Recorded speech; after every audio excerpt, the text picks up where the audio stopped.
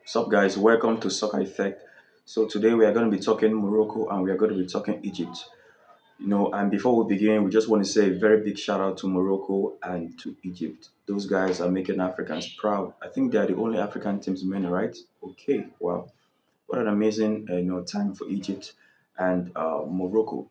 Not like our African brothers, the Ghanaians. I think Ghana had only one goal. I think they scored one goal, right? And our South Africans, I think they scored only one goal. Disgraceful.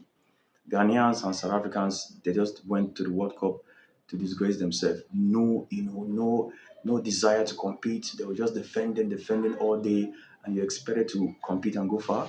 I think even Cape Verde even had a better performance than Ghana and South Africa. What a disgrace!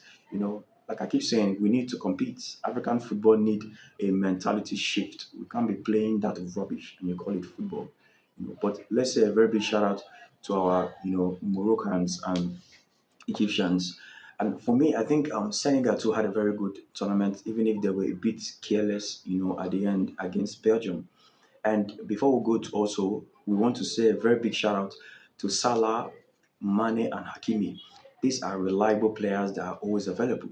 Not like our, Victor Osimhen, our senior man Victor Osimhen, our star player, our captain Victor Osimhen. When you need Victor Osimhen, you can never find Victor Osimhen. I have a problem with Victor. I feel Victor is not reliable. Victor is not a guy that is always available. You might see him or you might see him in group stage, but when it comes to the time you need Victor, you won't find Victor. I remember, I think it was AFCON and our qualifiers. I think it was AFCON semi-final against Morocco. Hakimi was there. Even this last penalty Egypt played, Salah was there.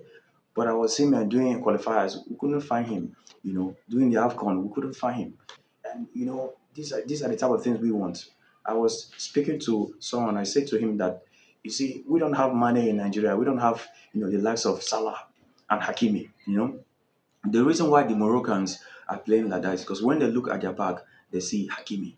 Egyptians, when they look at their back, they see Salah. Senegalese, when they look at their back, they see Mane.